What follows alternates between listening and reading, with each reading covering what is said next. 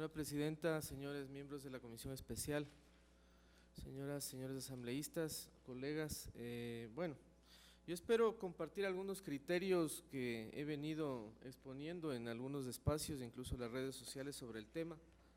Obviamente, en algún sentido para crear, más que orientar, quizá crear un debate necesario sobre ese tema que he venido también sosteniendo que es importante.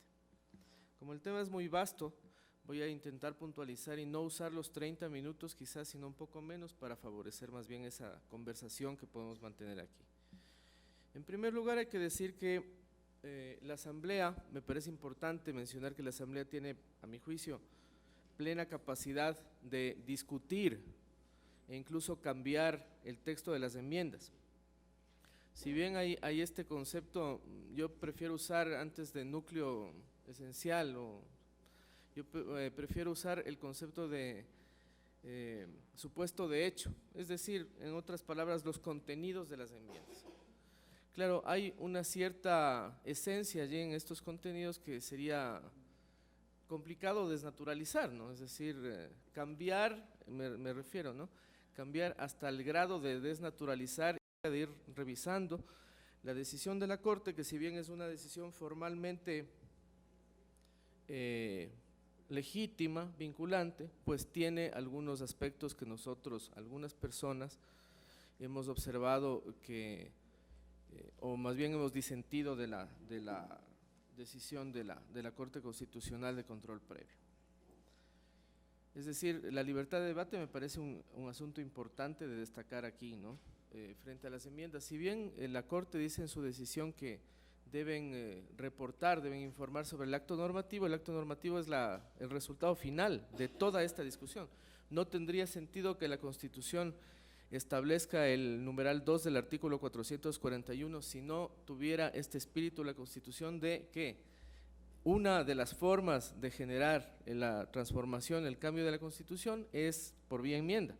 Y entonces si la Corte ha dicho que la gran mayoría de las propuestas pueden ir por esta vía, les da facultad a ustedes para que desarrollen esto que están haciendo y puedan transformar eventualmente algunos contenidos de la Constitución. Siempre yo diría, teniendo como norte la consideración de la Constitución como un sistema, ¿no? Y como una integralidad que establece además un marco que se llama Estado Constitucional de Derechos, donde lo deseable es la protección de los derechos. Segundo punto, se han presentado iniciativas, yo entiendo que, no sé si oficialmente, pero iniciativas de consulta en estos días, y se debate sobre si estas iniciativas de consulta alteran el debate que ustedes están desarrollando aquí. A mi juicio eso no es posible pensar que esas iniciativas de consulta que tienen que canalizarse por los procedimientos y las instituciones previstos puedan alterar la discusión.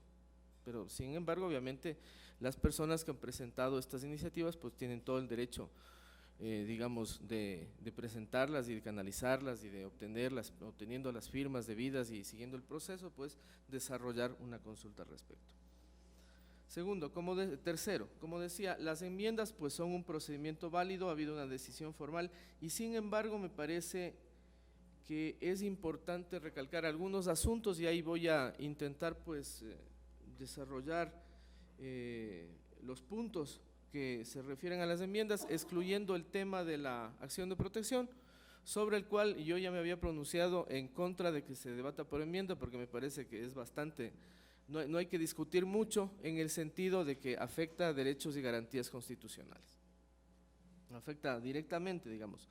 Yo creo que cualquier ciudadano leyendo simplemente la propuesta podría darse cuenta de que esto era así. Bien, entonces me voy a referir como cuarto punto al derecho a la consulta sobre cualquier asunto y la propuesta es pues eliminar la frase sobre cualquier asunto. Esto me parece a mi juicio bastante claro que afecta a derechos. Y la Constitución incluso donde restringe la posibilidad de la iniciativa no es en el derecho a la consulta, es en el derecho a la iniciativa popular normativa. En la consulta fue el constituyente, digamos, bastante generoso en establecer el derecho a la consulta. Entonces, siendo así, lo que habría es que generar un razonamiento de por qué es necesaria la supresión de la frase sobre cualquier asunto. Y aquí se ha debatido mucho sobre eso de la limitación de derechos, pero no me parece que se generan argumentos suficientes como para poder considerar plausible que esto no afecte derechos. En ese sentido, yo creo que a pesar de que la Corte Constitucional se pronunció en un sentido determinado, que ustedes tienen formalmente toda la posibilidad de debatir y procesar esta enmienda, pues yo sugeriría que se considere que el contenido, la frase sobre cualquier asunto afecta los derechos de participación directamente de las ecuatorianas y los ecuatorianos y que se abstengan de procesar esa enmienda. Sería mi modesta sugerencia como ciudadano a esta comisión. Sobre el tema de la reelección por una sola vez, también se propone en los artículos 114 y 144 suprimir esta frase. Y se ha levantado un debate muy nutrido, con muchos argumentos, yo he resaltado esto de tipo político y pocos argumentos de tipo doctrinario, acerca de cuáles son, qué relación, digamos, causal tiene con elementos que podrían hacer que esta propuesta concretamente no pueda ser tratada por enmienda. Es decir, ¿será que suprimir la frase por una sola vez, dando paso a la reelección indefinida, afecta a la estructura fundamental del Estado? A mi juicio es claro que no afecta a la estructura fundamental del Estado. La estructura fundamental del Estado es la concepción del Estado como Estado constitucional de derechos y justicia, establece que la soberanía se ejerce por determinados medios, un sistema mixto entre representación y participación. La alternancia no es un principio explícito que se encuentra en la Constitución y la estructura fundamental del Estado tiene que ver también con el diseño de las funciones. Es decir, directamente no hay una afectación de esto y tampoco afecta a los que podríamos llamar así elementos constitutivos del Estado. Ciertamente el legislador cuando legisla y cuando también procesa actuaciones, digamos, desarrolla actuaciones normativas como esta que están ustedes en este momento desarrollando, tiene que establecer las proyecciones de las decisiones que toma y los contenidos respecto de los derechos de los demás. Pero aquí también yo más bien hallo que suprimir esta frase lo que hace es suprimir lo que se llama técnicamente, hablemos de la doctrina alemana, por ejemplo, Robert Alexy, que es un autor que a mí me parece fácil y por eso lo cito con frecuencia, una restricción constitucional. Es decir, estarían suprimiendo del texto constitucional una condición que de alguna manera restringe, esa condición sí, los derechos políticos, los derechos de participación que se llaman de los ecuatorianos. Ahora, ¿cómo, de todos modos, pensando en la proyección, cómo podemos saber el resultado de un proceso político electoral a ciencia cierta?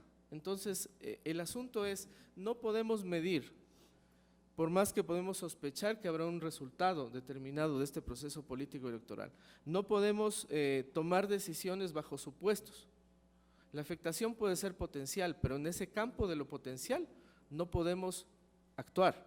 No podemos actuar sobre las potenciales o no, digamos, efectos negativos de asignar a un actor político, sea cual sea, la posibilidad o la supuesta primacía sobre el proceso político o la supuesta preferencia del electorado. Eso lo va a determinar en una situación posterior el electorado, los ciudadanos y ciudadanas del Ecuador. De manera que la enmienda es totalmente procedente a mi juicio, es decir, es totalmente procedente porque yo no hallo suficientes argumentos para que sea, digamos, quitada del debate, ¿no? Por cierto, más bien, como dije, pues amplía los derechos de participación, permite un juego político. Lo que sí habría que hacer, y yo llamo a la comisión y a la asamblea en general, y por intermedio de ustedes a la asamblea, para que tome los recaudos necesarios para garantizar las reglas del juego político, porque también es cierto que podría pensarse ahí con mayor plausibilidad, digamos así, que un actor político que ejerce el poder en un momento determinado puede estar en mejores condiciones, por ejemplo, de comunicación política para obtener la reelección, evidentemente. Pero eso se regula mediante una adecuada legislación electoral, hablemos del Código de la Democracia, y también a través de organismos electorales independientes y que observen estrictamente esa legislación electoral. Entonces, este aspecto sí me parece fundamental, más que el mismo tema de la enmienda. Otro aspecto que me parece interesante que se mencionó y yo me permitiría opinar sobre el asunto, es que ustedes estarían en la posibilidad de todos modos, suprimir esta frase por una sola vez, pero establecer condiciones que tengan que ver con la reelección, quizá limitada, proyectando justamente estos efectos, ¿no es cierto? Que por una parte se ha mencionado aquí la necesidad de la consolidación de un proyecto de transformación política, que me parece muy relevante, pero por otra parte se podía considerar eventualmente el establecimiento de ciertas limitaciones para que no sea ilimitada la reelección. Por cierto, la demanda, no sé si volvemos al texto de la demanda, no habla de reelección ilimitada. Eso es una apreciación, en muchos casos política, de los actores en la discusión. La enmienda de lo que habla es de suprimir una frase, por lo cual se entendería, ¿no?, que la elección de las autoridades podría ser ilimitada. Pero sobre este segundo asunto de lo limitado o no, se podría también intervenir, a mi juicio. Más importante me parece la reforma solicitada al artículo 158, donde se establece que las Fuerzas Armadas complementariamente podrán apoyar, se dice, ¿no?, la seguridad integral del Estado según la ley. Y aquí sí me permito citar nada más que algunos antecedentes en el sistema interamericano, sobre todo, pero también a nivel de Naciones Unidas. Sería muy largo y nos podíamos pasar la tarde citando los antecedentes que existen al respecto de la inconveniencia de abrir la ventana y de una conceptuación, digamos, de una forma de redacción tan amplia como está aquí, para de alguna manera autorizar que de manera complementaria las Fuerzas Armadas apoyen la seguridad integral. Yo sé que en este gobierno se han dado pasos muy importantes hacia la seguridad del Estado interna y externa, pero yo creo que sobre el tema y el concepto de seguridad integral todavía hay un debate pendiente que no se ha desarrollado del todo, para que en la Constitución se introduzca un concepto que se llame así, seguridad integral.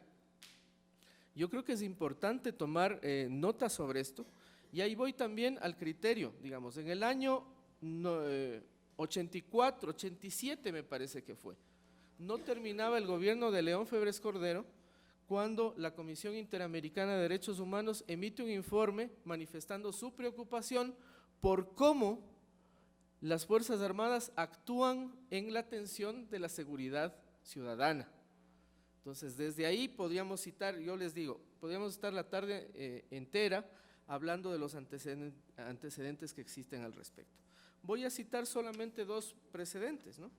Y yo no hablo solamente del sistema interamericano, cuyos órganos eventualmente también han habido voces que los han cuestionado con acierto en algunos casos, en otros me parece que habría que tomar más elementos para este debate. Pero en el caso Cantoral Benavides versus Perú, la Corte estableció que si bien, comillas, en determinados estados de emergencia o en situaciones de alteración del orden público, los estados utilizan las Fuerzas Armadas para controlar la situación, resulta absolutamente necesario enfatizar en el extremo cuidado que los estados deben observar al utilizar las Fuerzas Armadas como elemento de control de la protesta social, disturbios internos, violencia interna. Estamos hablando, repito, de estados de excepción, ¿no?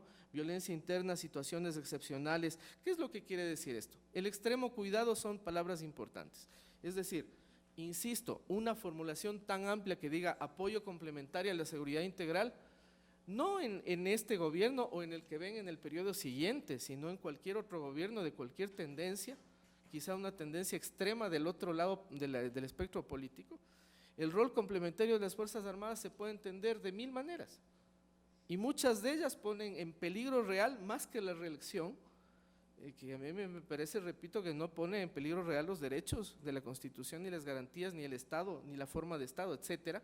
Esto sí, me parece que abre una ventana para poner en peligro los derechos y garantías de la Constitución. La Corte consideró en el caso Cabrera García, que es otro, y Montiel Flores, que en algunos contextos y circunstancias la alta presencia militar acompañada de la intervención de las Fuerzas Armadas en actividades de seguridad pública puede implicar la introducción de un riesgo para los derechos humanos. Y así hay bastantes, digamos, pronunciamientos. Hay otro pronunciamiento del Comité de Derechos Humanos de Naciones Unidas en el sentido de que la seguridad y el combate al delito, como está efectivamente establecido en el COIP, le corresponde a las policías nacionales, que deben ser de carácter civil. Entonces, con esta argumentación, lo más breve posible, yo llamo la atención sobre lo complicado que sería para el Estado constitucional de derechos y justicia el admitir como está esta enmienda. Me refiero después, bueno, a la cuestión de la Contraloría. Yo creo que yo no hallo problemas con la propuesta que existe. Se habla de que no se controle la gestión porque es obvio, estamos en otro régimen donde la gestión está, digamos, monitoreada de otras formas, ¿no? Entonces, lo que sí llamó la atención en este sentido más es de la necesidad, y lo he dicho también públicamente varias veces, en la necesidad del rediseño institucional de la Contraloría General del Estado, obviamente sin resignar la posibilidad de que ayude como un puntal importante de la lucha contra la corrupción, ¿no? Estableciendo responsabilidades de acuerdo a sus competencias constitucionales, que ustedes no están, digamos, más bien los proponentes de la enmienda no están proponiendo que se afecten este establecimiento de responsabilidades propiamente, pero sí la necesidad de contar con un nuevo diseño institucional y una nueva ley orgánica de la Contraloría General del Estado. Yo creo que esa es una cuenta importante que hay que saldar, y hay que generar un debate sobre eso, obviamente. El tema de la Defensoría del Pueblo me parece un tema menor, me parece que responde a la necesidad de reorganización de los servicios de justicia y procedente en ese sentido. Después sigue el tema que está en los artículos 229 y 326 de la homologación del régimen de los trabajadores. Y ahí, como bien se ha dicho, es decir, se ha hablado aquí, ya se han dado argumentos interesantes acerca de la distinción o no del tema. Yo diría más bien en este sentido, la transitoria que se propone, ¿no es cierto?, lo que hace es decir, por un lado se aseguran los derechos de los trabajadores, pero por otro lado se les pasa a un régimen donde no tienen ciertos derechos. Entonces, ¿cómo yo armonizo esas dos partes de la transitoria? Y efectivamente reconozco los derechos. De paso hay que decir, ¿no es cierto?, esto pone en tensión al Estado ecuatoriano, a mi juicio, con los convenios aprobados por el mismo Estado de la OIT. Voy a citar el 87 de libertad sindical, el 98 de negociación colectiva, voy a citar el derecho a la huelga, que si bien no está reconocido en ningún convenio, pero el Comité de Libertad Sindical de la OIT lo considera parte de los derechos básicos de los trabajadores.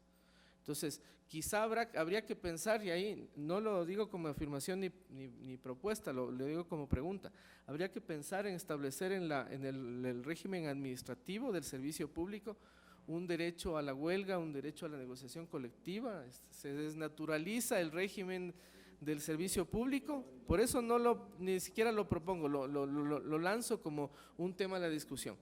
El problema es que se está diciendo, por un lado, que se respetan los derechos, pero me imagino que la intención es decir, los derechos hasta ese momento alcanzados, y desde el momento en que entran en otro régimen, entonces ya tienen otras reglas del juego. Y a mí la razón administrativa y de gestión pública por la cual se optó por esto me parece plausible y totalmente entendible. Es importante racionalizar el régimen de los servidores públicos, pero resulta que lo estamos haciendo entrando en tensión con lo que dice el derecho internacional del trabajo. Simplemente, digamos, pongo mi preocupación en esto porque es un tema al cual ustedes en la argumentación digamos, en el debate que generen, tendrán que responder claramente porque el Estado es garante y responsable a nivel internacional sobre este tema. Sobre el tema de digamos, la asunción de competencias o la clarificación de que ciertas competencias sobre servicios y equipamientos de salud y educación, artículos 265, 264 de la Constitución,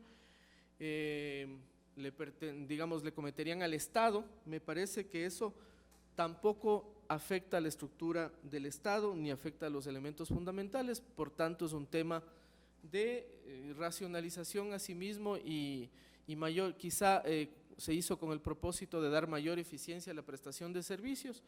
Como sabemos, la Constitución aprobada en el 2008 es una Constitución que pone al Estado como el primer garante del buen vivir, entonces hay que ver mecanismos lo más eficientes posibles para esa prestación, ¿no? Ya nos pone, digamos, en problemas porque es un montón de servicios y de derechos que tenemos un catálogo amplísimo y generosísimo que cubrir, y entonces hay que ver los medios más eficientes. Y quizá esa enmienda responda a este propósito y a mi juicio pues no afecta, se puede hacer por esta vía.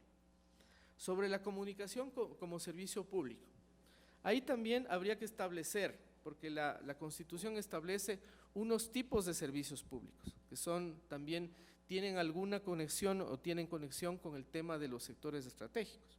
Entonces hay que decir que ya entre esos servicios públicos están los de las telecomunicaciones, y los de las telecomunicaciones y alguna experiencia tengo incluso como abogado en el tema y en la defensa de los derechos de la comunicación, que devino en la propuesta de la auditoría de frecuencias, los derechos que están en la Constitución actualmente y una serie de cosas más, es decir, la lucha de algunas organizaciones y de algunos que hemos estado promoviendo esto durante varios años.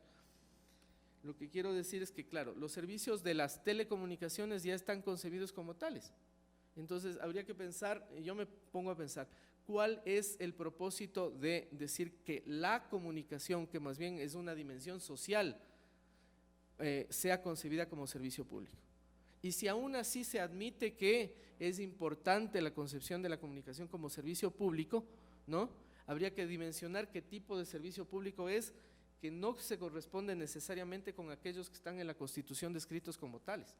Es decir, hay que desarrollar ahí toda una serie de argumentación, tomando en cuenta, repito, hay servicios públicos que permiten la comunicación, como son aquellos de otorgamiento de frecuencias y de explotación y prestación de frecuencias delegadas, ¿no es cierto?, a particulares o a comunitarios, qué sé yo, que permiten la comunicación. Y esos ya están como tales de la Constitución, son servicios públicos de telecomunicaciones y están regulados. Tienen un montón de legislación, digamos, varias normas profusas que los regulan.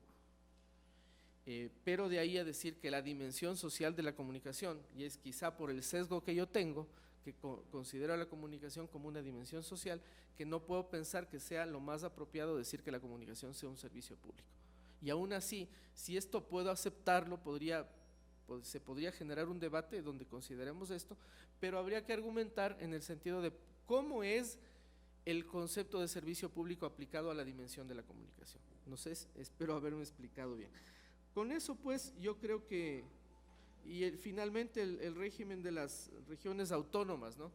Uno de los propósitos de la Constitución fue el empujar, digamos así, la descentralización del Estado. A mí me parece en lo personal no tan conveniente que se quite el plazo y se deje eso de alguna manera sujeto a la dinámica del proceso político, y sin embargo lo acepto porque no me parece un tema que tenga un problema que sea tramitado por enmienda y por debate. Espero haber, digamos, abordado los puntos que pueden interesarles y quizá darles algunos elementos de juicio, y yo preferiría más bien que ustedes, digamos, una interacción para poder seguir dialogando. Les agradezco mucho por la invitación. Me parece plausible que la educación, el agua y la salud sean servicios públicos y ante todo que son derechos, porque esos derechos se prestan como derechos prestacionales por medio de algunos servicios públicos específicos, por ejemplo el sistema público de salud. No puede haber derecho a la salud si no hay buen sistema público de salud, y eso es un servicio público. Entonces yo creo que hay que poner atención sobre la redacción. del tema. En cuanto al… Y eso con algunas, digamos, inquietudes de algunos de ustedes, señores asambleístas, del asambleísta Pacheco, de la asambleísta, estimada asambleísta Rosana Alvarado. Y también, bueno, el asambleísta Rivera ha mencionado el tema de la enmienda constitucional. Si dice que la enmienda constitucional de las Fuerzas Armadas puede ser un medio que garantice o que más bien obstaculice derechos. Yo creo que es un tema también que puede ser de redacción. Si yo digo apoya en cuestiones de seguridad integral, eso es demasiado amplio. Si yo quiero efectivamente, yo reconozco la necesidad de lo de la minería, y más allá de la minería, del crimen organizado, que es tremendo, ¿no? Es un tremendo fenómeno, flagelo de América Latina y del mundo, y eso no lo logramos detener solamente con una policía civil. Eso es totalmente cierto, y hay, digamos, estudios de Naciones Unidas y de otros organismos al respecto, ¿no? Pero el tema sería pensar si la forma en que está redactada la enmienda permite lograr ese propósito, o si más bien habría que pensar que para esas situaciones excepcionales se crea una fórmula un poquito más cerrada que remita eso a, aunque dice según la ley, pero que remita eso a un concepto de situaciones excepcionales o ciertos estados de excepción donde se considere particularmente y de manera motivada la participación de las Fuerzas Armadas.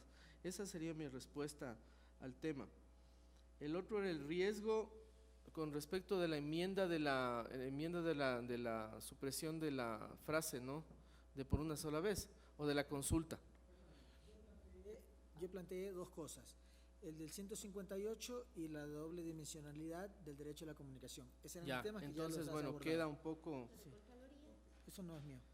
A ver, lo de la Contraloría, bueno, los medios y los presupuestos. Yo creo que en esta redimensión la planificación a partir del instrumento fundamental que es el Plan del Buen Vivir ha determinado que se haga otro tipo de proyección de la gestión pública en todos los aspectos, porque todos los regímenes, digamos, incluso los GATS, están sometidos a esos referentes de planificación que se desglosan además en una serie de instrumentos. Cada institución hace sus planes operativos anuales, de manera que ahí de alguna manera mal que bien están los objetivos, aunque no están explícitos, ¿no? En una norma mayor que eso muchas veces. Y entonces yo digo, ese es un asunto técnico que debería responder a los planes del buen vivir, y quizá haya otras instituciones que puedan generar una mejor gestión que la Contraloría General del Estado. Por eso digo que la consideración del tema de cómo evaluar la gestión no puede ser un tema simplemente de la Contraloría. La Contraloría sí creo que debería ser una entidad que eficazmente, digamos, que controle el uso del dinero público y establezca, de ser el caso, las responsabilidades, ¿no? Entonces yo creo que es importante ir definiendo los papeles allí. Y es importante quizás sería importante un control cruzado entre estos organismos que controlan la gestión, que puede ser, yo no sé, en algunos casos y en alguna medida el CEMPLADES, por ejemplo, ¿no? Y la Contraloría General del Estado. Quizás ese control cruzado pueda generar información y generar elementos que permitan mejorar la gestión pública. Pero estas son hipótesis nada más, hasta ahí no llego. Lo que sí digo es enfatizar en la necesidad de revisar un poco más integralmente lo que es la gestión pública de acuerdo al mismo marco constitucional y al espíritu integral de la Constitución, que establece que todo se haga de acuerdo a un plan que se llama Plan Nacional del Buen Vivir y que crea una institucionalidad al respecto, ¿no? Sobre la cuestión de la edad, efectivamente a mí no me parece que exista, si actuamos con un espíritu garantista, ninguna razón para establecer más allá de la base mínima para el ejercicio de derechos políticos una edad determinada, porque es un asunto muy subjetivo que depende ahí sí del clima y el contexto político de una sociedad donde se crea, o quienes tomen las decisiones al respecto crean que determinada edad es buena o no. Felizmente hemos avanzado en el proceso político mucho en tener cambios generacionales en el país últimamente, y eso es una ganancia para la sociedad ecuatoriana.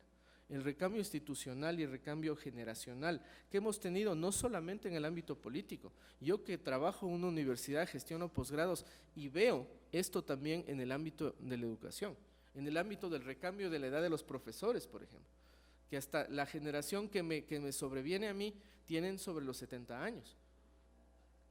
Entonces es importante esto, hay que valorar, y yo creo que si se toma en ese sentido, digamos de filosofía garantista, entonces no hay razones para establecer siquiera corriendo los riesgos del caso, ¿no? Porque ahí tendrán que ser las organizaciones políticas que propongan los candidatos las que generen un debate sobre eso a nivel interno, y tendrán que tomarse en serio ese debate.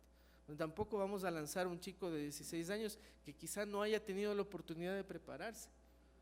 Pero eso es responsable, hay que… Pero si recibe millones de votos, ¿ya qué se va a hacer? Bueno, eso habría que ver cómo la sociedad maduramente procesa eso, corriendo el riesgo del caso, porque hay un riesgo ahí también, ¿no? Pero corriendo el riesgo. Después, finalmente, sobre el tema de la limitación. Cuando yo mencioné la posibilidad, lo mencioné como eso porque puede ser que debido a la coyuntura política sea una de las opciones que ustedes manejen.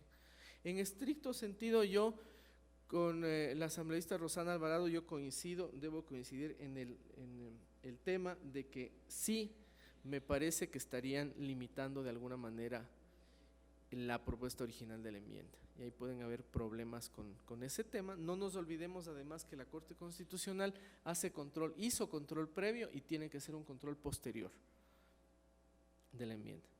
Pero entonces, bueno, una de las opciones desde el punto de vista del derecho constitucional, pero también desde el punto de vista político, es la de mantener la enmienda como está, es decir, permitir, digamos, quitar la frase y que se dé paso a una reelección potencialmente indefinida.